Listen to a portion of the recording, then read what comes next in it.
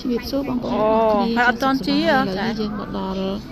กลายมือตีท้ายcái hơi Scenic World Scenic World นั่นคือกำลังนุ้ย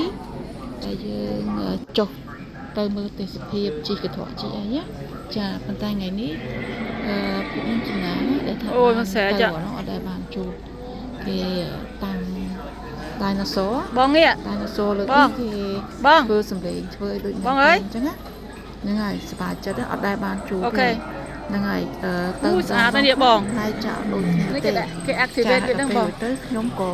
ឆ្លៀតឱកាសហ្នឹងថតទុកផ្ញើឲ្យក្មួយខ្ញុំមើលចាឥឡូវចាំស្ដាប់សម្លេងទាំងអស់គ្នា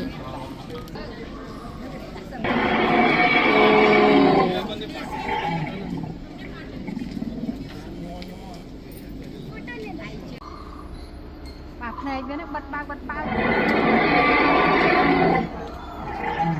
អូ my goodness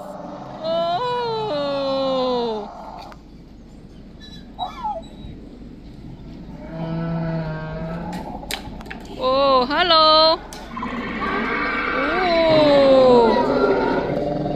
ឥឡូវដល់កម្មវិធីថតរូបថតម្ដងចាហើយខ្ញុំហ្នឹងក៏ចង់និយាយថាទៅចិត្តអាដាយណាសូហ្នឹងដែរណាដូចចែកខ្លាចឲ្យឃើញវាសលេងអញ្ចឹងប៉ុន្តែចង់សាកទៅចូលចិត្តនឹងថតហើយ